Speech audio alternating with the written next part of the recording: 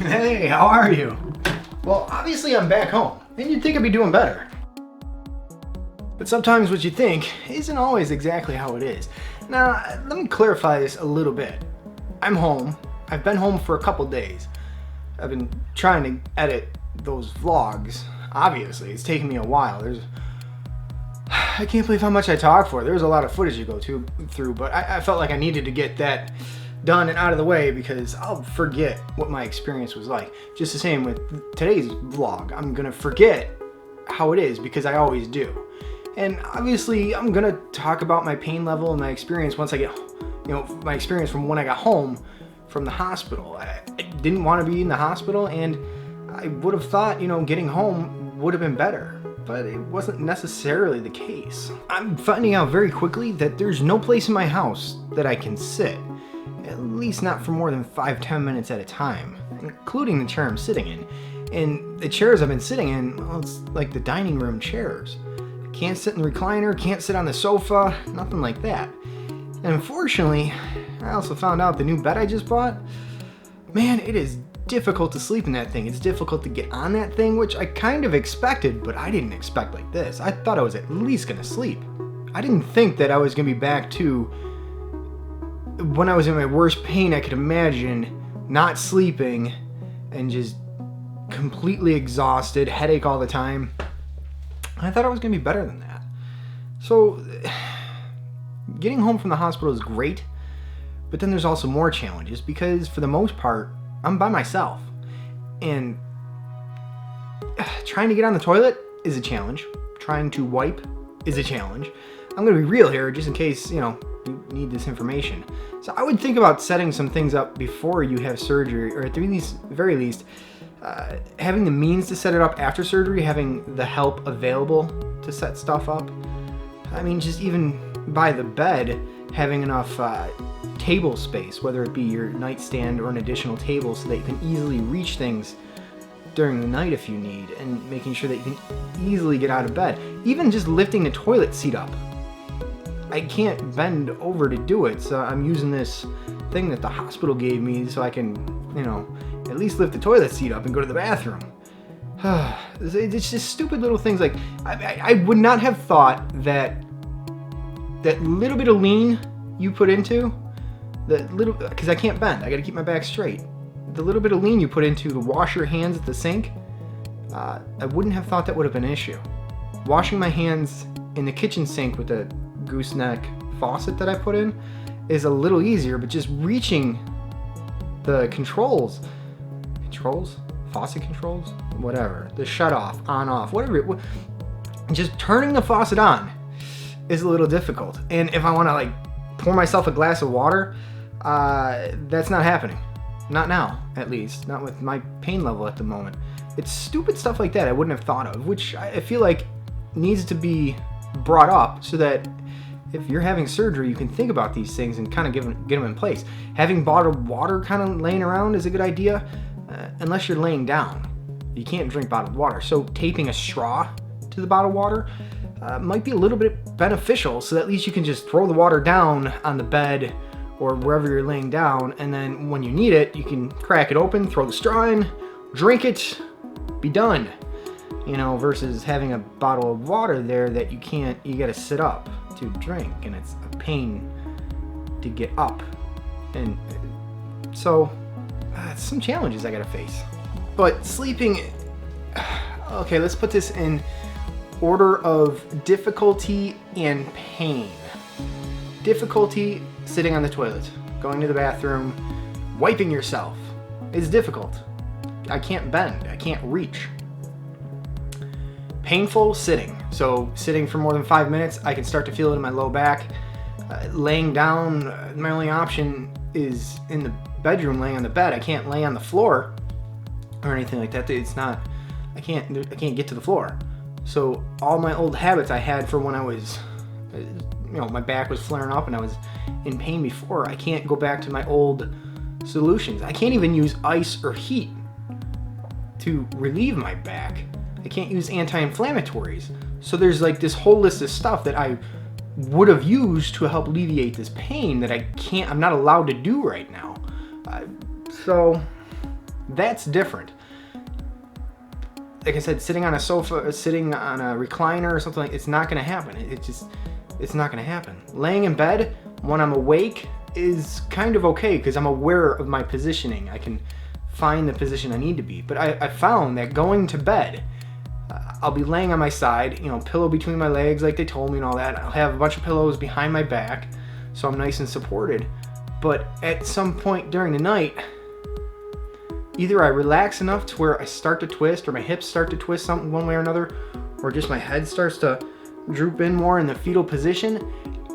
And I'm thinking that happens and I'm in that position long enough to where it's creating just enough stress in my back where the surgery took place to where it's causing pain. It's causing a lot of pain while I'm sleeping. And then I wake up in pain with a monster headache.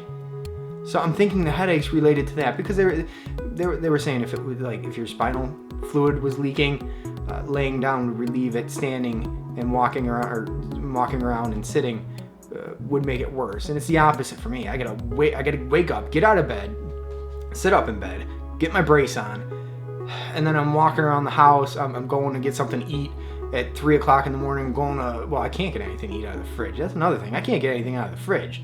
I can't bend over to look in the fridge, and I can't squat down to look in the fridge. So there's like one little corner where I can reach some ham and some cheese. And that's about it. So walking around the house until I can alleviate the headache, putting an ice pack on my head until I can alleviate the headache. I found going in the dining room and sitting this one particular chair kind of helped a little bit.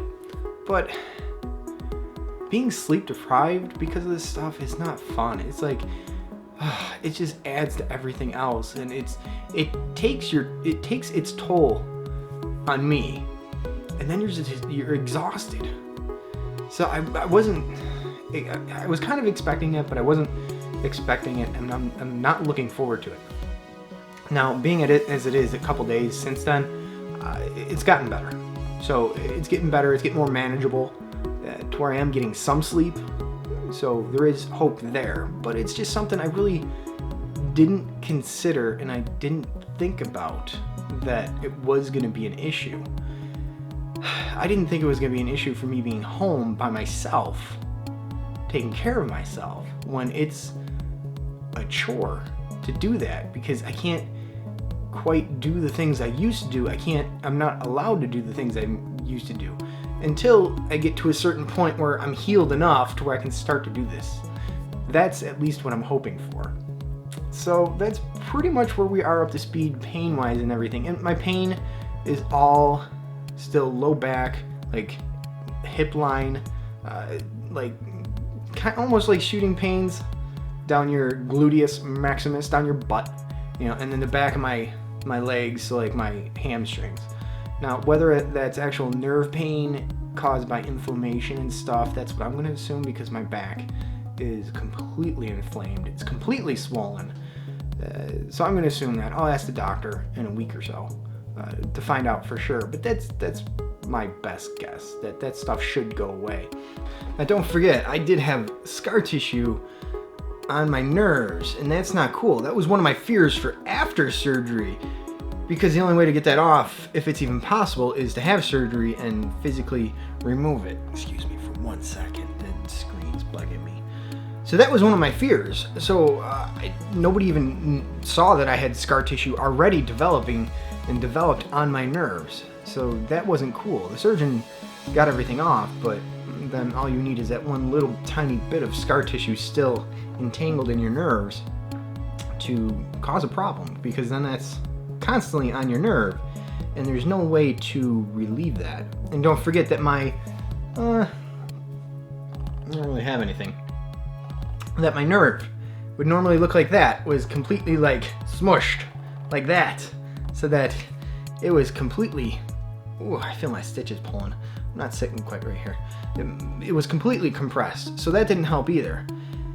So there was a few things going on that were a lot worse than what everybody originally thought, even though what everybody originally thought was, your back's messed up. How are you walking? How are you not crying and on the floor in pain or at the ER screaming and yelling saying you're dying. So yeah, it was worse than we all thought. They kept asking, was he in a terrible car accident? So that kind of says something, and it kind of says something to the fact of how much in denial I was, or how much I was deluding myself, in delusion, whatever, you know what I mean. How much I was thinking, nah, I can't be like that. You guys are joking. No way. Nah, I'll be fine. I'm stubborn. I'll figure this out. I'm just saying, make sure you get all the facts you can. Had I known certain things, had I known my nerve was that compressed, had I known that there was scar tissue on my nerve, there's no way to know when the scar tissue actually formed. It could have been 6 weeks ago. It could have been 6 years ago. Who knows? But had I known scar tissue was there, I would have had surgery a long time ago. Because like I said, there's no way to get rid of it besides surgery. And just knowing that my discs were completely shot. They were like pulverized. Nothing left to them. No hope, no way to save them at all. Had I had, a discectomy where they just go in and cut the bulged part of the disc out, had they done that years ago when the injury first happened, it probably would have helped. But then considering I had 3 levels, even then I had 3 levels that were bad, but the one was just worse than all the other ones. So they probably would have worked on it just at 1 level. Over time, I would have had a surgery either on that 1 level again, or a surgery on a different level, and then a surgery on a different level, and then at some point a fusion, and then at some point another fusion, and then another fusion. So I would have been in the hospital going for like a ton of surgeries.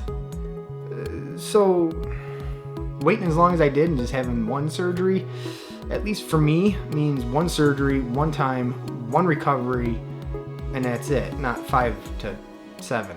You know what I mean?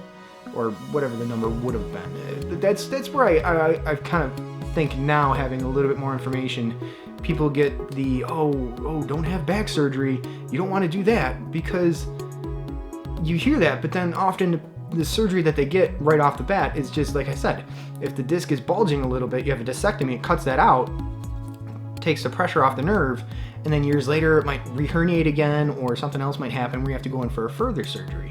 So there's like stepping stone surgeries. I just skipped all the steps and went right to the end, the most invasive. Get it done, end of the road. There's not much more we can do after this. Surgery.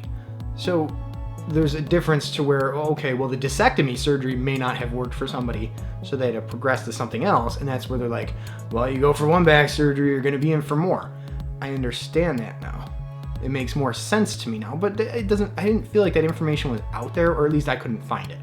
Or I wasn't finding it. And I was talking to as many people as I could that had gone through surgery and stuff to see what their outcome was, so I could kind of make the best decision I could with the information that I was getting from other people and the information I was getting from my doctors and how I was feeling. So that's what I'm trying to say. Get all that information together before you make your decision. But don't wait too long. Hopefully, I didn't wait too long. Hopefully my foot drop comes back. Hopefully I get movement back and feeling back in my foot. At least to a degree where I can run around and not worry about tripping. I'll be happy with that. Even if I'm not as strong as I used to be. There's no way I could run right now with this foot. It's not going to happen. It's too much of a liability for me to fall. So hopefully, that's my next hurdle I have to get over.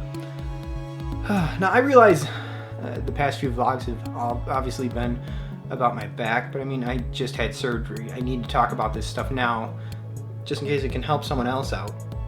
I need to talk about it now while it's fresh in my mind and I'm going through this stuff, because I've never really recorded anything before when I was in pain, and never even really written anything down aside from that 1 or 2 things that I wrote down.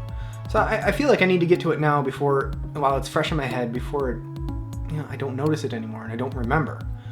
And I would like to get back to a regular vlog schedule, and I'm going to.